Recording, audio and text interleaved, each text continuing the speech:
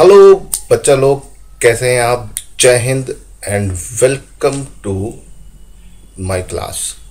मैं हूं नूरुसलाम और मैं स्वागत करता हूं आप सब लोगों का अपने इस चैनल पर। जैसा कि आप जानते हैं कि पिछली क्लास की सीरीज़ में हमने वहीं से आगे बढ़ते हुए ज्योग्राफी के एमसीक्यूज़ को आज फिर से एक नए तरीके से डिस्कस करने की शुरुआत करी है। मैंने आपको कई सारी चीज़ें प्रोवाइड भी करा दी हैं, मैंने कई सारी टेस्ट सीरीज़ भी दे दी है। आपके व्हाट्सएप ग्रुप पर सब कुछ अवेलेबल हो चुका है, तो आप वहाँ पर देख चुके हैं। और मैंने बोला था कि जिसको भी इस वीडियो के पीडीएफ चाहिए क्वेश्चंस के, वो मुझे पर्सनली मैसेज करे और मैसेज करने के बाद अपना एडमिट कार्ड भी दे। और जब मुझे यकीन होगा कि हाँ आप लोग में से जो भी मुझे मैसेज कर रहा है उसको एग्ज़ाम देना है, तभी मैं आपको इसका पीडीएफ दूंगा। अदरवाइज़ बहुत सारे लोग इस पीडीएफ के पीछे पड़े हुए हैं। तो चलिए हम यहाँ पर बात करते हैं ज्योग्राफी के एमसीक्यूज़ की सीरीज़ के बारे में। तो आज पार्ट 3 है और पार्ट 3 के बारे में हम शुरू करते हैं। बिना टाइम वेस्ट करे हुए हम आगे बढ़ते हैं। ठीक है, सीरीज़ चल रही थी, लाइक और शेयर करते रहिए और चैनल को ज़्यादा से ज़्यादा लोगों तक पहुंचाइए। और हमारा टारगेट है डिफेंस के लिए आपको तैयार कराना। तो डिफेंस के लिए जो भी पॉसिबिलिटीज़ होंगी उसको हम आपके लिए हमने लेके आएंगे। और आगे बढ़ने से पहले एक इम्पॉर्टेंट अनाउंसमेंट, लाइव क्लास के बारे में। आप में से कितने लोग लाइव क्लास की में आना चाहते हैं और कितने लोग लाइव क्लास के टेस्ट, एक लाइव टेस्ट की मैं सोच रहा हूँ शुरुआत करूँ। ठीक है, 2 test, test 1 for geography and test 2 for physics. इसमें हम धांसू ज्योग्राफी के क्वेश्चन लेके आएंगे और इसमें हम धांसू एकदम फिजिक्स के क्वेश्चन लेके आएंगे। 30 क्वेश्चन का एक सेट होगा और उसको मैं एकदम एग्ज़ाम पैटर्न में बनाऊंगा और इसमें आपका सारे कॉन्सेप्ट क्लियर हो जाएंगे। तो कितने लोग टेस्ट देने को तैयार है भैया? अगर टेस्ट के लिए तैयार हो, मैं सोच रहा हूँ 14 अप्रैल के दिन इस टेस्ट को रखूँ। ठीक है, तो भाई जो लोग तैयार हैं अपना नाम रजिस्टर करवा लें, है ना, और मुझे इस नंबर पर मैसेज कर दें तो मैं टेस्ट अरेंज करवा दूंगा, है ना। लाइव टेस्ट होगा, यूट्यूब के पे ही होगा, आप सब उस पर जुड़े रहोगे और आपका आंसर आपको मिलता रहेगा। ठीक है, तो इस मॉक के लिए आप लोग तैयार हो? तो अगर तैयार हो तो भैया फिर मुझे अपना नाम रजिस्टर करवा देना, है ना, ताकि मैं देख लूँ, क्योंकि एटलीस्ट 10 बच्चे तो रजिस्टर होने चाहिए ताकि हम लोग लाइव कर सकें। अगर लाइव नहीं आ पा रहे हैं 10 बच्चे तो फिर मैं इसे रिकॉर्डेड फॉर्म में दे दूंगा। ठीक है, तो चलिए ये एक अनाउंसमेंट था, इस अनाउंसमेंट को ध्यान रखिएगा। और एग्ज़ाम से पहले अगर ये टेस्ट अच्छा चला तो मैं एक और टेस्ट कराऊंगा इसी तरह का, लेकिन पहले हमारा पहला टेस्ट कराना बहुत इंपॉर्टेंट है ताकि जितने लोगों ने जो कुछ पढ़ लिया है उसको वो अच्छे से कर सके। तो चलो टाइम वेस्ट करे बगैर हम आगे बढ़ते हैं और आज के पहले क्वेश्चन पर आते हैं। पहला क्वेश्चन आज का क्या कह रहा है? क्वेश्चन है, the position of earth in the orbit when it is greatest distance from sun causing northern hemisphere is known as. तो अर्थ और सन के बीच की जो मैक्सिमम डिस्टेंस होती है उसे हम बोलते हैं एपहेलियन। यहाँ पे एपहेलियन की स्पेलिंग गलत लिखी है, लेकिन ये याद रखिएगा एपहेलियन बोलते हैं इसे। ठीक है, aphelion, aphelion is the right answer. Perihelion sun और अर्थ के बीच की मिनिमम डिस्टेंस है। पेरिगी अर्थ और मून के बीच की मिनिमम डिस्टेंस है। एपोक्जी मून और अर्थ के बीच की मैक्सिमम डिस्टेंस है। ओके, तो याद रखिएगा। चलो अगला क्वेश्चन, बहुत अच्छा क्वेश्चन है।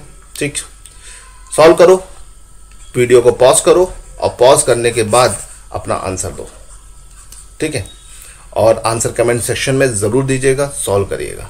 ठीक है, Cairo is 2 hour ahead of GMT। तो कायरो किधर होगा? ठीक है, हमें पता है कि 1 डिग्री लैटिट्यूड बराबर होता है 4 मिनट और 15 डिग्री लैटिट्यूड बराबर होता है 1 आवर।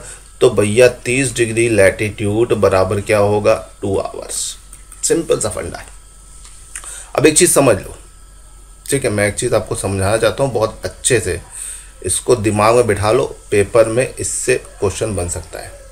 ठीक है, एक आपका जीएमटी लाइन है, जीएमटी के ईस्ट और वेस्ट, जीएमटी से ईस्ट जाने पर टाइम बढ़ता है, वेस्ट जाने पर टाइम घटता है। और एक आपकी आइडियल लाइन है, इंटरनेशनल डेट लाइन, ये एकदम जलेबी की तरह सीधी है। इसके ईस्ट जाने पर आपका एक दिन पीछे चला जाता है और वेस्ट जाने पर एक दिन आगे चला जाता है ना। तो ये याद रखिएगा। अब 1 डिग्री अर्थ को घूमने में 4 मिनट लेती है और 15 डिग्री घूमने में आपका 1 घंटा लेती है ना। और अगर हम बात करते हैं इस पूरे इस डिटेल को लैटिट्यूड लॉन्गिट्यूड में हमने पढ़ाया है अर्थ सीरीज़ में, तो उसे अच्छे से देख लीजिएगा, है ना। तो ये बेसिक चीज़ है, आपको पता होना चाहिए। इस लाइन को, ये 180 डिग्री की लाइन है और ये 0 डिग्री की लाइन है ना। इसको क्रॉस करते ही हमारा टाइम और डेट की कैलकुलेशन चालू हो जाती है। और टाइम की कैलकुलेशन के लिए हम सिर्फ और सिर्फ किसका इस्तेमाल करते हैं, लॉन्गिट्यूड का, याद रखिएगा। और लैटिट्यूड जो होता है वो टेम्परेचर डिस्ट्रीब्यूशन को इंडिकेट करता है। किसको इंडिकेट करता है, टेम्परेचर डिस्ट्रीब्यूशन को। चलो अब देखो यहां पर बोला जा रहा है 30 डिग्री हमें जा रहे हैं, है ना, क्योंकि 2 घंटे का अंतर मतलब 30 डिग्री। तो अब ये भी 30, ये भी 30 है, ईस्ट की वेस्ट, तो ये बोल रहा है कि आगे है। तो जीएमटी से किधर जाने पर टाइम बढ़ता है, ईस्ट जाने पर टाइम बढ़ता है। तो इसका आंसर क्या हो जाएगा, 30 degree east, correct answer. Clear है। चलिए अब यहाँ से आगे बढ़ते हैं अगले क्वेश्चन की तरफ। When it is 8 PM in Tokyo, what is the time at Panama Canal which is located at 180 degree west of 8, जो कि उसके 180 डिग्री पर है। तो भैया देखिए 180 डिग्री पर है, तो इसका मतलब क्या है कि लगभग 12 घंटे हैं पूरे। कितने घंटे, 12 घंटे। तो भाई 8 PM है तो वहाँ पर 8 AM हो जाएगा। बहुत आसान सा क्वेश्चन है, कोई बड़ा लॉजिक नहीं है, बहुत ज़्यादा कॉम्प्लिकेटेड नहीं है, समझ में आ गया है, कोई रॉकेट साइंस नहीं है, बहुत ईजी चीज़ है। ठीक, चलो मैं यहाँ से आगे बढ़ते हैं। Through which of the following group the country does equator pass. Equator 13 देशों से पास होता है। कितनी कंट्रीज से, 13 कंट्रीज से पास होता है। ठीक है, और 3 कॉन्टिनेंट से पास होता है। ठीक, साउथ अमेरिका, अफ्रीका और एशिया से। ठीक है, मैं पहले ही बता चुका हूँ आपको, साउथ अमेरिका के 3 देश हैं, एशिया के 3 देश हैं और अफ्रीका के 7 देश हैं। तो यहाँ पे देखो इसमें से इक्वेटर किससे पास होता है, तो भाई देखो जाम्बिया नहीं है तो इसको हटा दो। ठीक, कोलंबिया, केनिया, इंडोनेशिया, ठीक है, तो यही सही है। ठीक, ये यहाँ पे देखो सूडान से नहीं पास होता है तो ये चला गया। और ठीक है, और आपका यहाँ पे इथोपिया और वेनेजुला से नहीं पास होता तो ये भी चला गया। तो इसका सही जवाब है कोलंबिया, केनिया और इंडोनेशिया। 13 देश है। 13 देश में देखो कोलंबिया, यूकेडोर और ब्राज़ील, ये तीनों साउथ अमेरिका में। ठीक है, और अगर हम एशिया की बात करें तो इंडोनेशिया, मलेशिया और किरिबती है। ठीक है, तो आप साउथ अमेरिका और एशिया की याद रखो, अफ्रीका के याद रखने की कोई ज़रूरत नहीं है। ठीक है, क्योंकि उन्हीं से ही आपका काम आराम से बन जाएगा। ठीक, पर आपको बशर्ते ये पता हो कि भाई कौन कौन से देश किस जगह से हैं। ठीक है, चलिए 13 देश हैं, गूगल करोगे आराम से लिस्ट मिल जाएगी। मैं पहले भी बता चुका हूँ, सब चीज़ें बता चुका हूँ। चलो यहाँ से आगे बढ़ते हैं। ठीक, क्वेश्चन बहुत इंपॉर्टेंट है। How many time zone has world has been divide into. पूरा दुनिया कितने समय क्षेत्र में विभाजित है, दुनिया कितने समय क्षेत्र में, टाइम जोन में। तो देखो हर देश के पास अपना एक टाइम जोन होता है और एक टाइम जोन जो होता है वो 15 डिग्री लॉन्गिट्यूड के बराबर होता है। और भाई 15 को जब 360 से डिवाइड करोगे तो सीधा सीधा आंसर आ जाएगा 24। तो पूरी की पूरी पृथ्वी 24 समय क्षेत्र में विभाजित है। और सबसे ज़्यादा टाइम जोन किसके पास है, रशिया के पास है, इसको याद रखिएगा। ठीक, और एक टाइम जोन या एक समय क्षेत्र बराबर 1 घंटा होता है और उसको तय करने में कितने देशांतर कवर करने पड़ते हैं? 15 डिग्री देशांतर कवर करने पड़ते हैं। चलो नेक्स्ट क्वेश्चन की तरफ बढ़ते हैं। Which of the following element is most abundant in the earth crust? पृथ्वी की भू प्रॉपर्टी, अर्थ क्रस्ट मतलब भू प्रॉपर्टी में सर्वाधिक पाए जाने वाला तत्व कौन सा है? तो जब हम अर्थ की बात करते हैं तो अर्थ में मोटी मोटी 3 लेयर पाई जाती है। सबसे बाहर होती है क्रस्ट, बीच में होती है आपकी मेंटल, और सबसे बाहर होती है सबसे अंदर होती है कोर। कोर निकिल और आयरन से मिलके बनी है। मेंटल आपका सिलिकॉन और मैग्नीज से मिलके बनी है। क्रस्ट सिलिकॉन और एल्युमिनियम से बना है। तो जब हम अर्थ की बात करते हैं तो मतलब तीनों लेयर को लेते हैं, तो अर्थ में सबसे ज़्यादा तत्व पाया जाता है FeOC, आयरन ऑक्सीजन सिलिकॉन। लेकिन सिर्फ जब हम क्रस्ट की बात करते हैं मतलब आउटर लेयर की, तब इसका सही ऑर्डर होता है ऑक्सीजन सिलिकॉन एल्युमिनियम। ठीक है, तो ये घटता हुआ क्रम है, तो यहाँ पे ऑक्सीजन दिया हुआ है, तो oxygen is the right answer of this question. चलिए यहाँ से आगे बढ़ते हैं अगले क्वेश्चन की तरफ। ठीक है, if it is 4 PM at on Monday at 150 degree west, what will be the time at 180 degree east? ठीक है, तो अगर वेस्ट में इतना हो रहा है तो ईस्ट में कितना टाइम हो रहा होगा? ठीक है, तो देखो अब देखो हम वेस्ट से ईस्ट की तरफ जा रहे हैं, है ना, तो टाइम बढ़ रहा है। तो भैया आपका टाइम अगर बढ़ेगा तो यहाँ पर क्या होगा? मंडे से ट्यूसडे होगा। होगा कि नहीं होगा?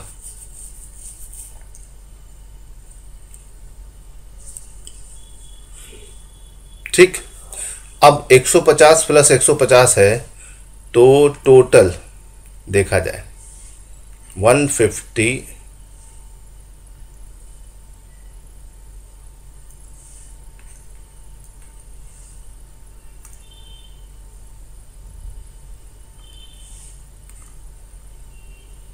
देखो 150 प्लस 150 है तो ये हो गया 300, बट इंटू 4 क्यों किया? क्योंकि 4 मिनट लगता है, और 60 से डिवाइड कर दिया। 60 से क्यों डिवाइड कर दिया? घंटे में चेंज करना है। ठीक,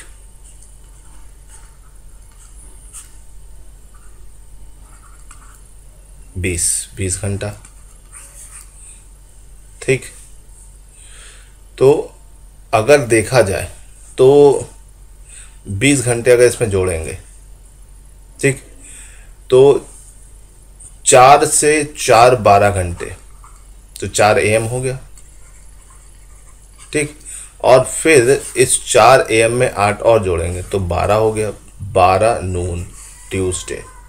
ठीक है, बहुत आसान सी चीज़ें हैं। देखो बहुत सिंपल सा है, मैं एक बार फिर से बता देता हूँ, सब कुछ मिटा के फिर से समझा देता हूँ ताकि कोई भी दिक्कत ना हो।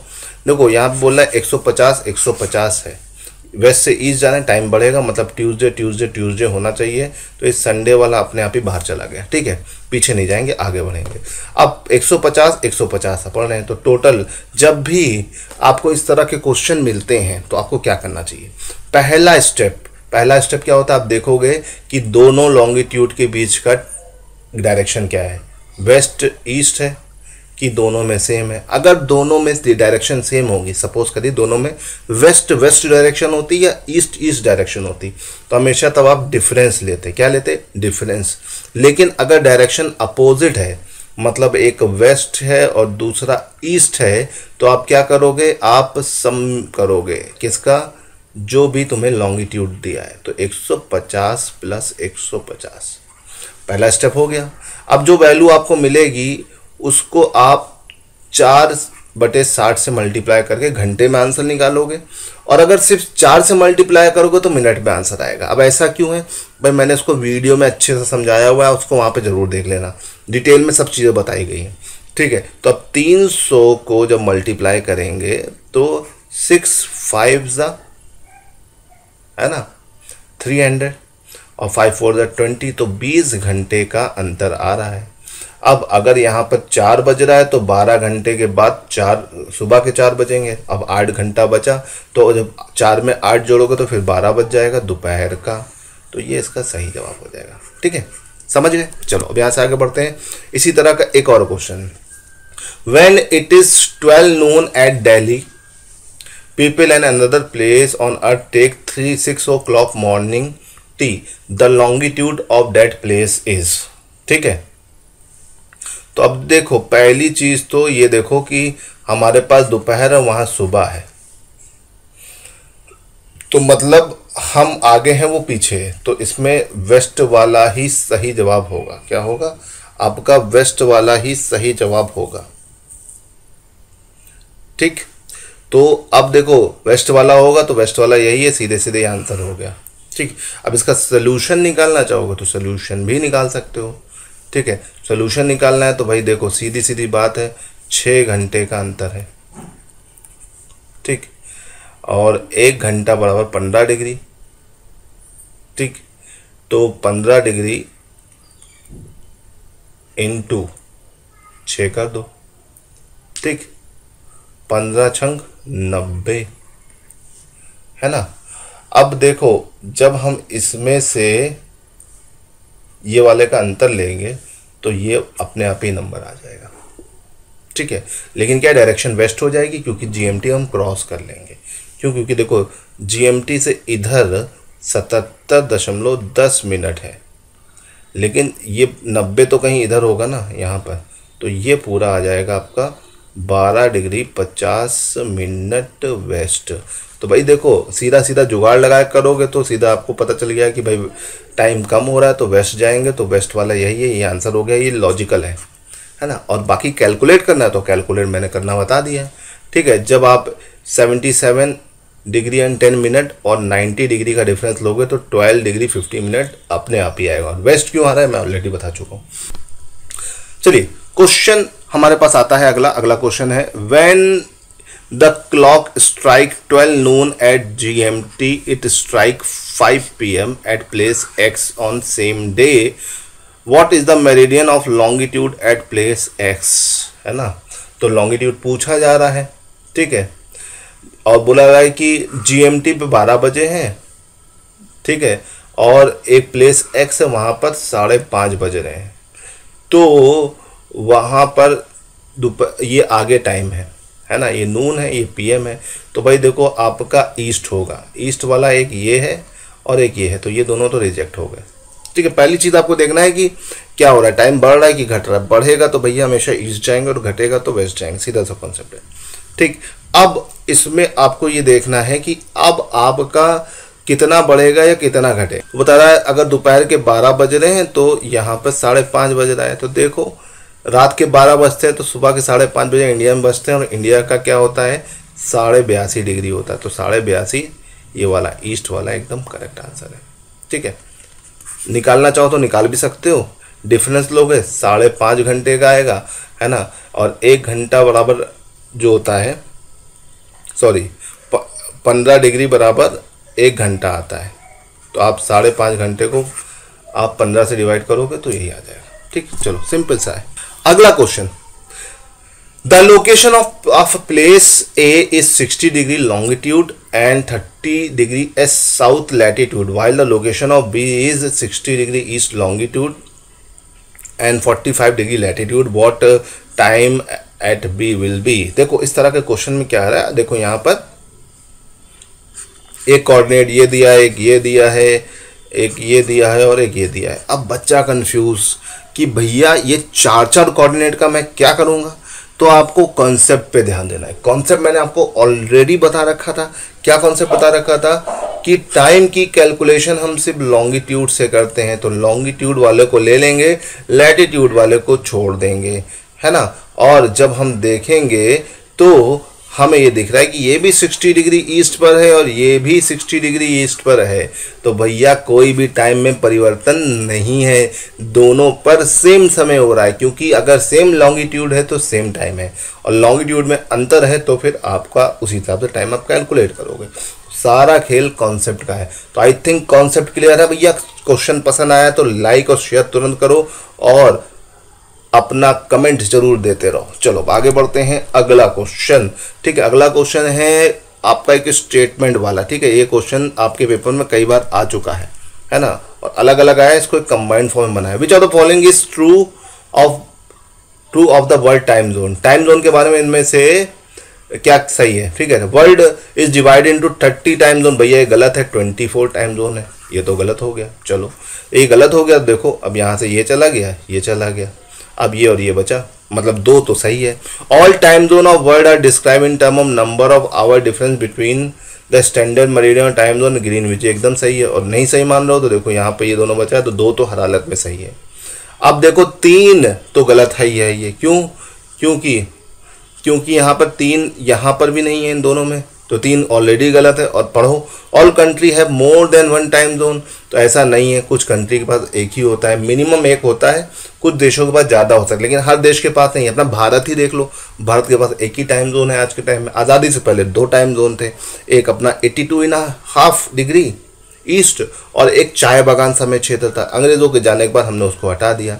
फिर the time for all places east of Greenwich designated slow and time of all places left Greenwich designated fast। ठीक है, तो भैया ये भी गलत है, तो इसमें सिर्फ सही जवाब क्या है? D is the right answer of this question. ठीक है, ऐसा बता रहे हैं कि ईस्ट जाने पर टाइम स्लो हो जाता है, वेस्ट जाने पर तेज हो जाता है, नहीं, ईस्ट जाने पर टाइम बढ़ता है और वेस्ट जाने पर टाइम घटता है।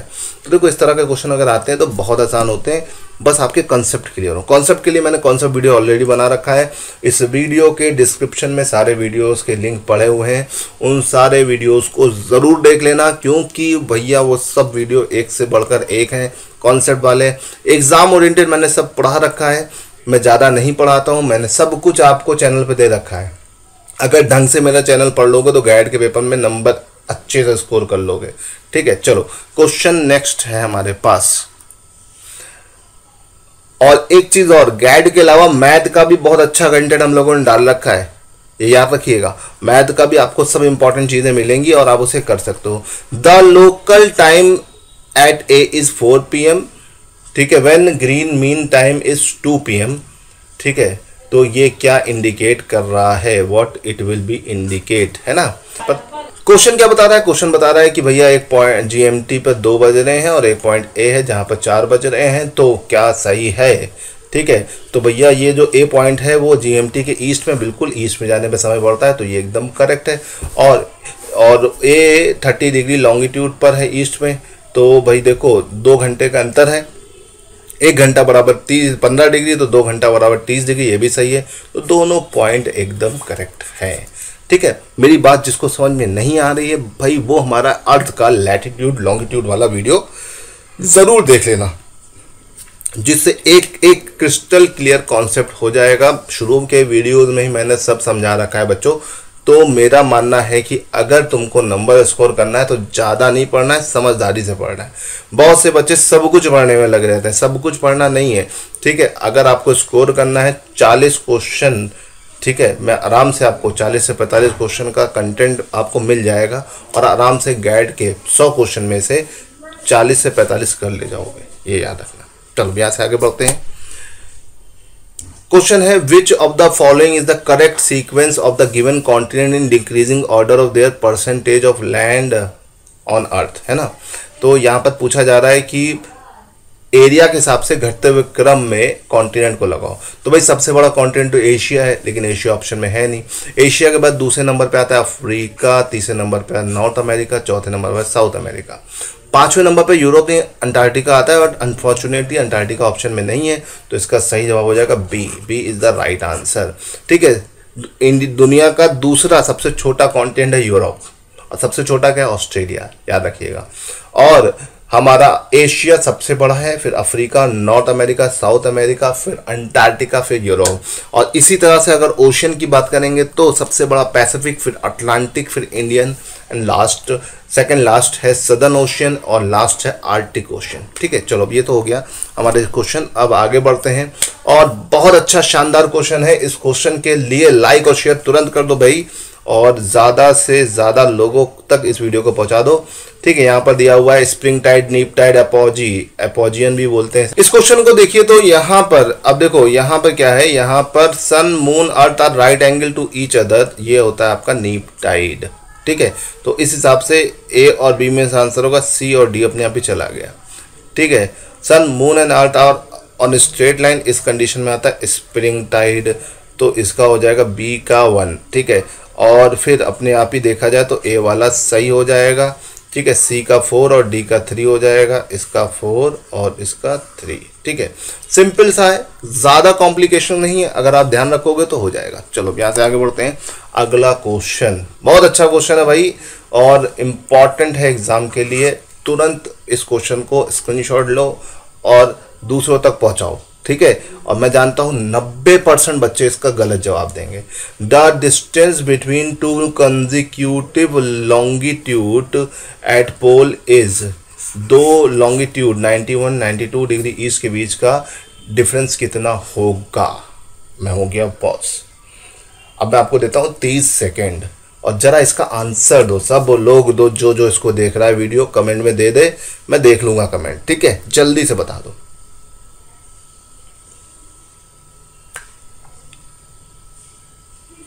और लाइव क्लास के लिए जिसको जिसको रजिस्टर करना है तो भैया नंबर पर रजिस्टर कर दे, भूलिए मत, ठीक है। तो भाई इसका सही जवाब क्या है, सबके कमेंट आ गए और किसी को कमेंट देना है भाई। और अभी 30 सेकंड पूरे नहीं हुए, फटाफट अपने कमेंट डाल दो। इसका आंसर क्या होगा जल्दी से बता दो, बहुत इंपॉर्टेंट क्वेश्चन है, ठीक। बहुत से लोगों ने आंसर दे दिया होगा और इसका सही जवाब है 0 किलोमीटर, ठीक है। दो लैटिट्यूड के बीच की डिस्टेंस हमेशा फिक्स होती है, वो होती है 111 किलोमीटर, ठीक है। लेकिन अगर लॉन्गिट्यूड की बात करें तो वो मिनिमम होती है पोल्स पर 0 और मैक्सिमम होती है इक्वेटर पर 111.32 किलोमीटर। मैं आपको ऑलरेडी बता चुका हूँ। चलिए यहाँ से आगे बढ़ते हैं।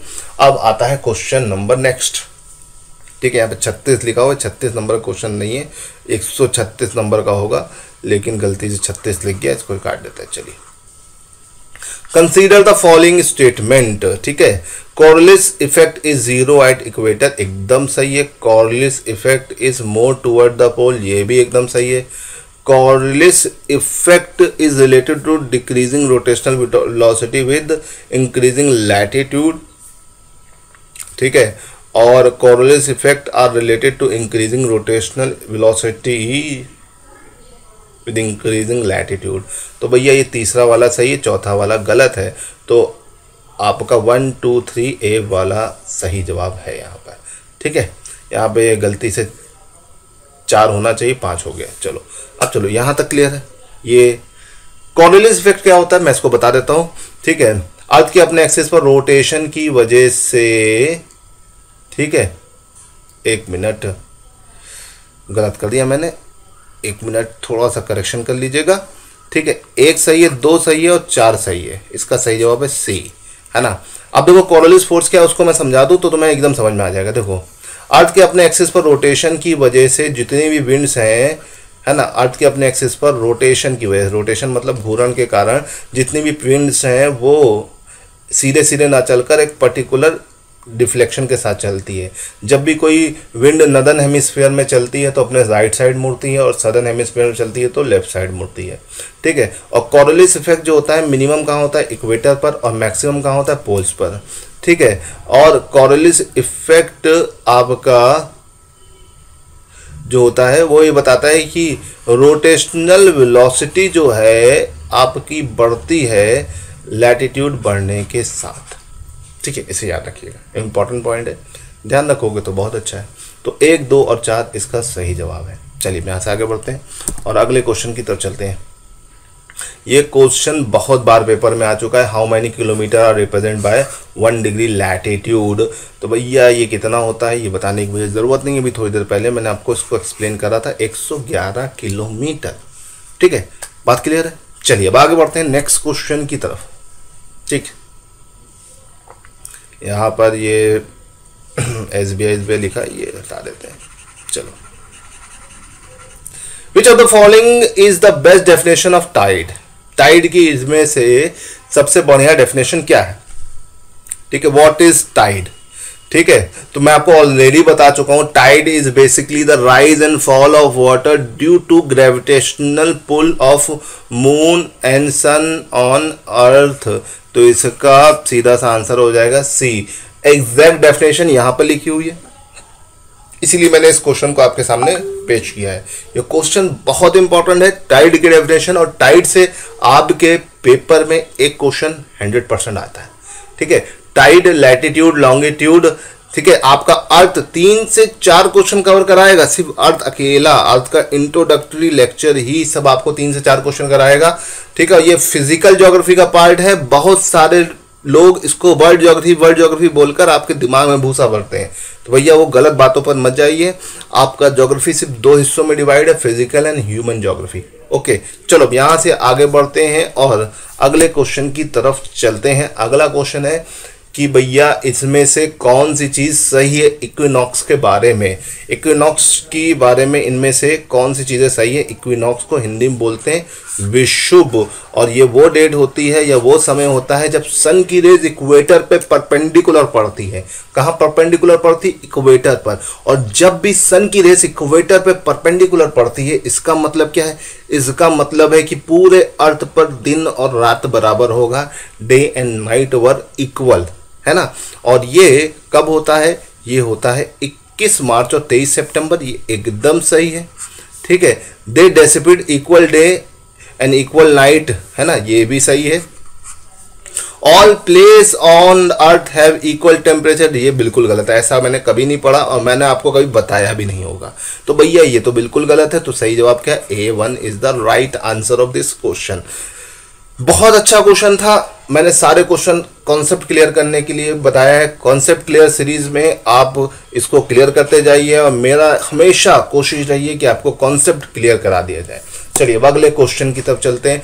Gutenberg discontinuity is between, NCERT पढ़ोगे, 11th क्लास की पढ़ोगे, मिलेगा ये क्वेश्चन, है ना, चैप्टर में मिलेगा। दूसरे चैप्टर के अंदर पूरी तरह से डिफाइन है फिजिकल ज्योग्राफी के। गुटेनबर्ग, देखो गुटेनबर्ग एक साइंटिस्ट का नाम था और गुटेनबर्ग ने ये बताया था और कई सारे साइंटिस्टों ने बताया है कि भैया जो हमारा अर्थ है, ठीक, अर्थ में क्रस्ट है, मेंटल है और आपका कोर है। ठीक है, क्रस्ट और मेंटल के बीच में एक खाली जगह है जिसको हम बोलते हैं मोहो डिसकंटिन्यूटी, और मेंटल और कोर के बीच में एक खाली जगह है जिसे हम बोलते हैं गुटेनबर्ग डिसकंटिन्यूटी। मोहो डिसकंटिन्यूटी को हिंदी में बोलते हैं असंबंधता। क्या बोलते हैं? असंबंधता। ठीक है, अब ये वो रीजन है जो ना तो क्रस्ट, मेंटल और कोर में किसी भी तरह का संबंध नहीं बनाते हैं। एक ऐसे खाली जगह है जो क्या है हमें अभी नहीं पता है ना। लेकिन बहुत सारे साइंटिस्ट का मानना है दीज आर प्लास्टिक जोन, और बहुत सारे लोगों को बोलना है कि भैया ये प्लाज्मा है। प्लाज्मा क्या होता है? वो जो ब्लड में होता है वो नहीं, आपकी किसी भी मैटर की 5 स्टेट पॉसिबल है, solid, liquid, gas, plasma and boss Einstein condensation. तो प्लाज्मा माना जाता है, जितने भी स्टार हैं उनके अंदर प्लाज्मा है। सन है, सन के अंदर हाइड्रोजन और हीलियम पाया जाता है, किस फॉर्म में होता है? प्लाज्मा के फॉर्म में होता है। लेकिन अगर हम अर्थ पे देखें तो अर्थ पर प्लाज्मा हमें सिंपल फॉर्म में नहीं मिलता है। लेकिन साइंटिस्ट का मानना है कि भैया अर्थ के अंदर प्लाज्मा है, और ये वही डिसकंटिन्यूटी को इंडिकेट करता है, जिसकी वजह से मानना रह गया है बस, है ना, सिर्फ माना है। ओरिजिनली इसका क्या बातें हैं नहीं पता, क्योंकि सबसे मुश्किल काम होता है अर्थ के इंटीरियर की जानकारी निकाल पाना। क्यों? क्योंकि हम सब चीज़ पता कर सकते हैं लेकिन अर्थ के इंटीरियर की जानकारी निकाल आसानी से नहीं सकते हैं। ठीक है, सबसे पहला क्वेश्चन ही मैंने यही बताया था इस सीरीज का, तो इसे ध्यान रखिएगा। तो भैया गुटेनबर्ग मेंटल और कोर के बीच में है, तो भैया देखो मेंटल और कोर आपका कहाँ पर दिख रहा है?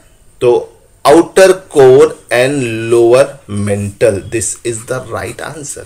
समझ में आ गई बात? चलो अब यहाँ से आगे बढ़ते हैं नेक्स्ट क्वेश्चन की तरफ। If the earth axis had not been inclined, अगर पृथ्वी की अक्ष नहीं झुकी होती तो the temperature distribution will be uniform, एकदम सही है।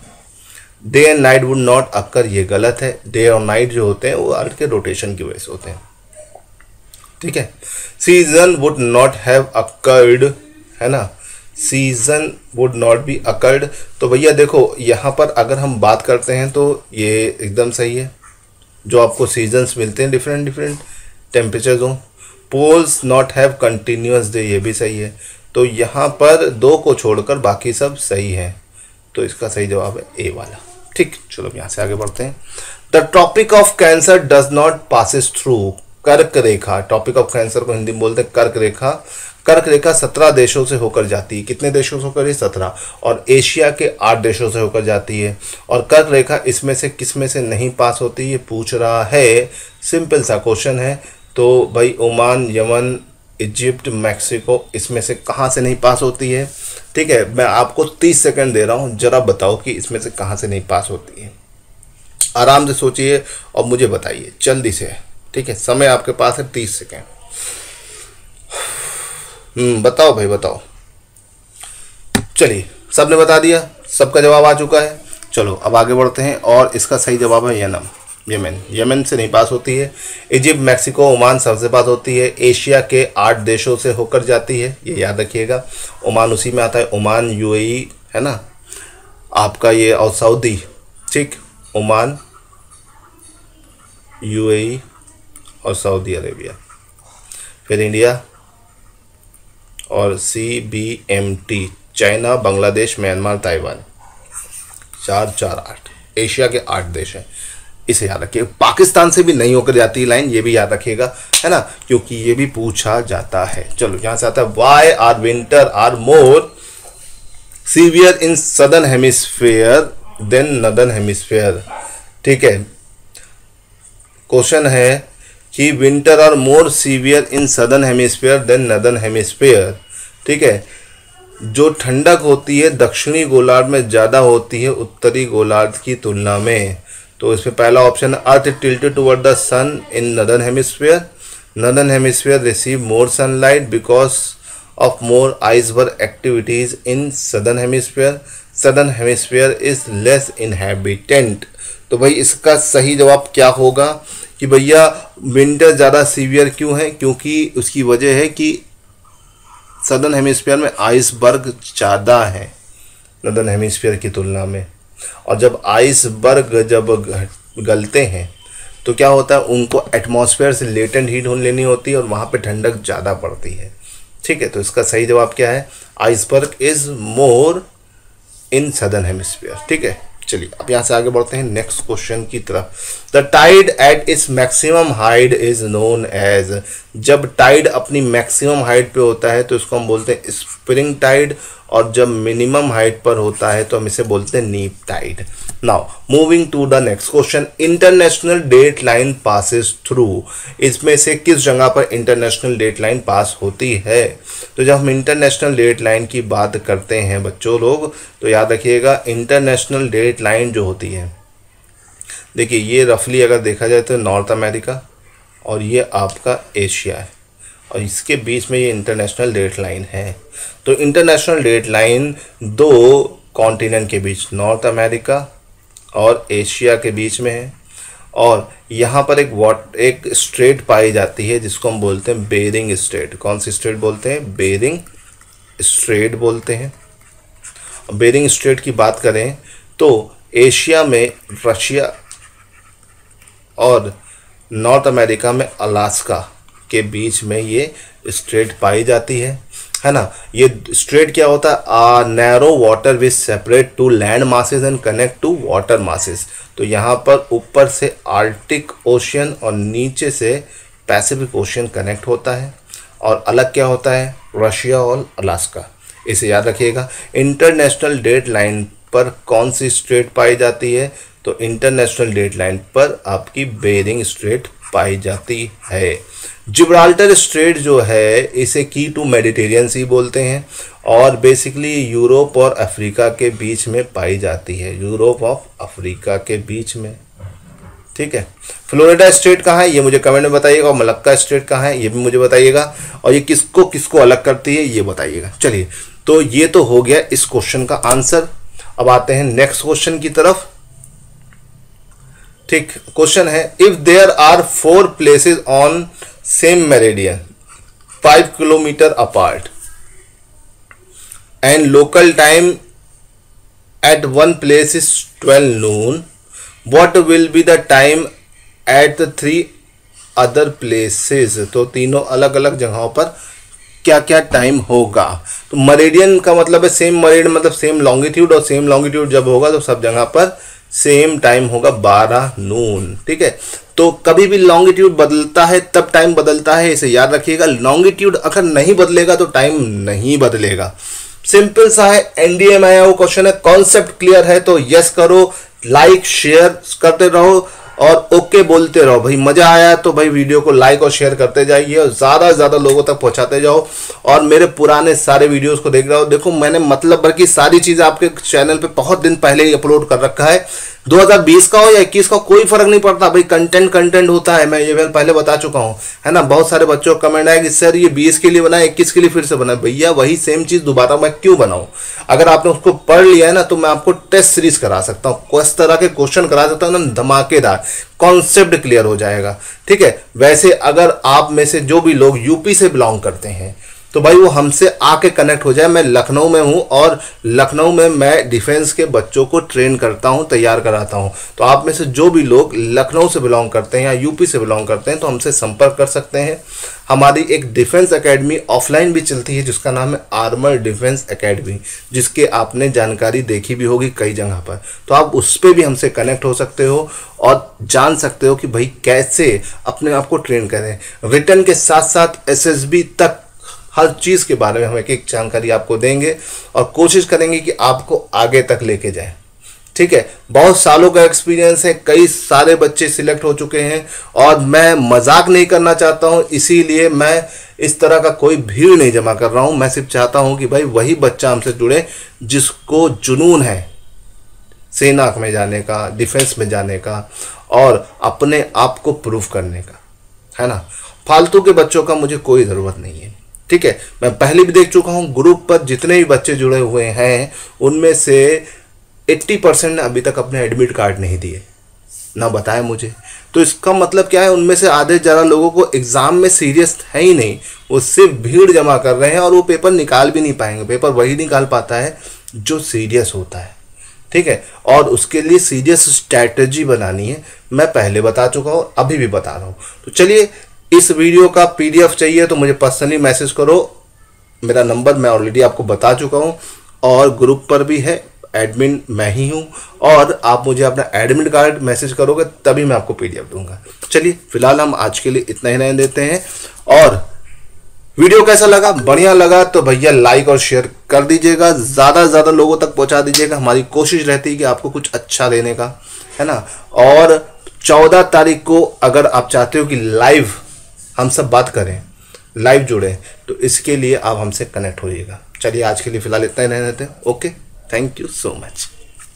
जय हिंद।